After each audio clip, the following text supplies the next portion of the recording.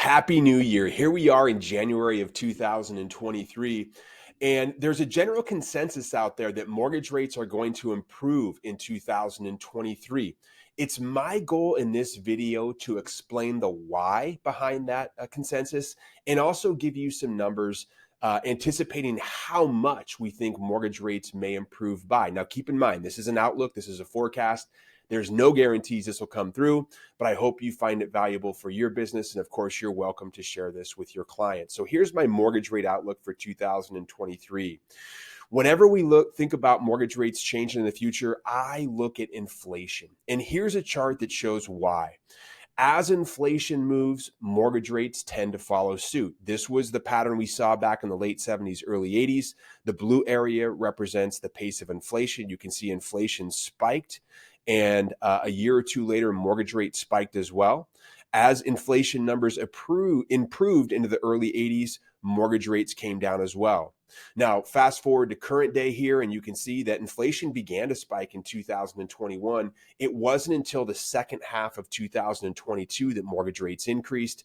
The good news is inflation is starting to come down, and we're beginning to see mortgage rates improve as well. So you want to anticipate mortgage rates, you got to follow inflation. Now, what is inflation? The consumer price index, which is what most economists track to track the price levels, is primarily made up of housing. So this pie chart here shows the components that go into it. Housing and shelter make up about 40% of the consumer price index. So as housing goes, we anticipate inflation will also go. Now, in today's inflation report, I'm recording this on January 12th, the most recent consumer price index was released. The good news is the headline consumer price index dropped to plus 6.5% year over year price changes, as opposed to plus 7% the previous month. Now, inflation peaked out at plus 9% earlier in 2022. So the pace of inflation is decelerating, and that is a good news for mortgage rates. Now, what's a head scratcher is that if you look at the consumer price index that was dropped today, the month over month increase to shelter prices actually increased by the highest number since 1985. So although inflation is coming down, the shelter component is still increasing. And this is a real head scratcher because if you look at the data, rents are coming down across the US economy. This is apartment list index. You can see the last 4 months of 2022 showed decreases to average rents. Here's Realtor.com's index. Again, in the back half of 2022, rents began to fall. What about CoreLogic's index? CoreLogic's index, same thing. At the end of 2022, rents were coming down. We anticipate this will eventually show up. The problem with housing data is it tends to lag. And that's because if you think about it, leases are signed typically on 12-month rolling contracts. And of course, home sales, when a buyer and seller agree on a price, it typically takes 30 to 90 days for that transaction to actually record. So it's not uncommon for the shelter component in the consumer price index to lag because of the basic way that housing transacts. We believe in 2023, we will see this data actually show up in the consumer price index, meaning that inflation will continue to come down and mortgage rates should as well. Now, remember that inflation inherently measures the relative prices today compared to the prices that they were a year ago. So we can go back and look at the consumer price reports in the previous year and see where there were large increases. And what's important is from October of 2021 to June of 2022, in all but 1 month, the month over month increases to prices were 0.5% or higher. So here's the thing. If you look at this, we know that there was a cumulative effect to the overall price levels that took place during these months. By the time we get past June of 2022 and we're looking back, it's going to be hard for year over year price increases as a percentage basis to continue to increase at high levels because we're looking back and comparing it to price levels that had increased from the months prior.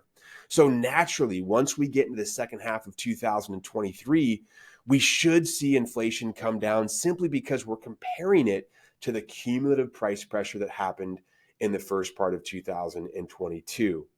Now, one more obscure fact that will help mortgage rates come down. This is a chart that looks at the yield on the US 10-year Treasury note, represented by this red line here, and the average conventional mortgage rate.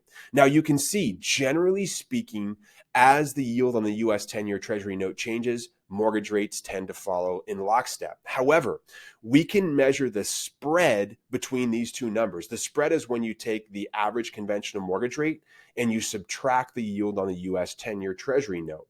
Here's that chart here. Now, what you'll notice is currently the spread between the average conventional mortgage rate and the US 10-year Treasury yield is at the highest level we've seen since the financial crash.